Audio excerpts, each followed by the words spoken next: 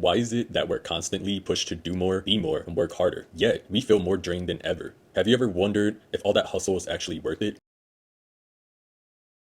Are you pushing yourself to the limit in the name of productivity only to feel constantly drained? Let's dive into how hustle culture is affecting our well-being and how it affects us. Hustle culture promotes overworking. Hustle culture glorifies constant productivity, often equating a person's worth with how busy they are or how many hours they put into work. This can lead to a toxic cycle where individuals feel guilty for taking breaks or resting. The expectation to always be hustling leaves room for rest. This imbalance between productivity and rest can result in burnout, anxiety, and chronic stress. People are pushed to sacrifice sleep, leisure, and personal time for the sake of success, ultimately leading to physical and mental exhaustion. Humans need rest to recharge physically and mentally. Yet, hustle culture promotes the opposite. This leads to a paradox where people may work harder but become less effective due to fatigue and stress. Over time, this decreases overall well-being, creativity, and productivity. Why do we push ourselves to work harder when it's clear that rest actually helps us perform better? What's the cost of always being busy? Your mental health. Constant pressure to stay productive contributes to higher rates of anxiety, depression, and burnout.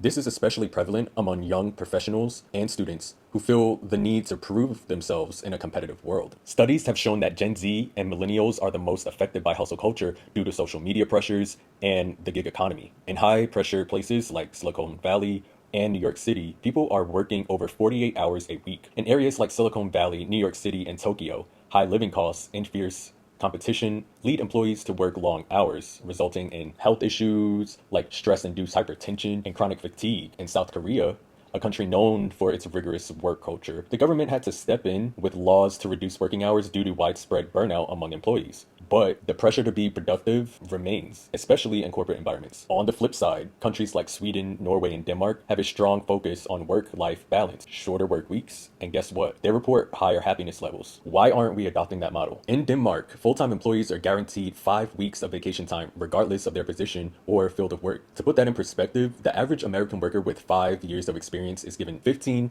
days of paid vacation, according to the Bureau of Labor Statistics. However, the United States doesn't provide a federal paid vacation policy. According to a 2019 study, 23% of Americans don't receive paid vacation and 22% don't get paid holidays. On top of that, only 41% of US workers feel like the organization they work for encourages employees to take time off. According to the American Psychological Association, surveys have shown that more than 55% of Americans aren't using their paid time off. Each year, a group of happiness experts from around the world rank 156 countries based on how happy citizens are and publish their findings in the World Happiness Report. Happiness might seem like an elusive concept, but there is a science to it. When researchers talk about happiness, they're referring to satisfaction with the way one's life is going. Jeff Sachs, co-creator of the World Happiness Report, and a professor at Columbia University tells CNBC it's not primarily a measure of whether one laughed or smiled yesterday, but how one feels about the course of one's life, he says. Since the report began in 2012, Nordic countries, which include Denmark, Norway, Sweden, Finland, and Iceland, plus The Faroe Islands, Greenland, and Ireland, consistently turn up at the top of the list. The United States, on the other hand, typically lands somewhere around 18th or 19th place. Your physical health. Lack of rest can weaken the immune system, increase the risk of heart disease, and lead to chronic conditions like insomnia or fatigue. Overworking without adequate rest is linked to stress-related illnesses. The World Health Organization,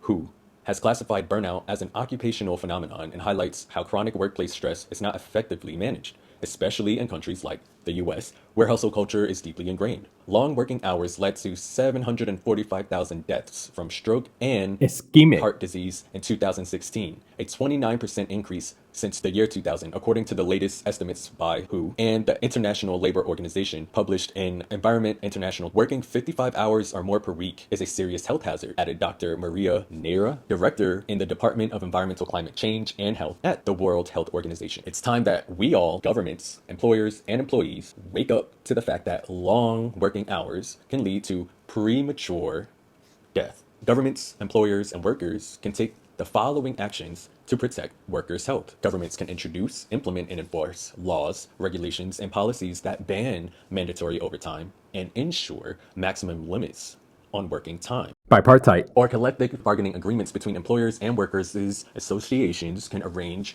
working time to be more flexible while at the same time agreeing on a maximum number of working hours. Employees could share working hours to ensure that numbers of hours worked do not climb above 55 or more per week. Just recently, May this year, in New York City, a 35-year-old working in finance died working around 100 hours a week. Many Wall Street's junior bankers said they're battling burnout as they log 100-hour work weeks, with some putting their health at risk and others sleeping at the office, according to a recent survey. The concern about their grueling schedules come amid intensified debates about the industry's work culture after the death of 35-year-old Bank of America associate Leo Luknis, who was allegedly pulling 100-hour weeks before suffering a heart attack on May 2nd. There is no evidence that Luknis's shocking death was related to his work. As many as 200 junior bankers said they slept only 4 hours every night because they worked excessive hours, the survey found. Well, there wouldn't be evidence unless there's video footage of his computer monitor strangling him to death or footage of his office chair running him over repeatedly. But what amount of stress and exhaustion do people like him put on their bodies, and more specifically, their heart's system? Your heart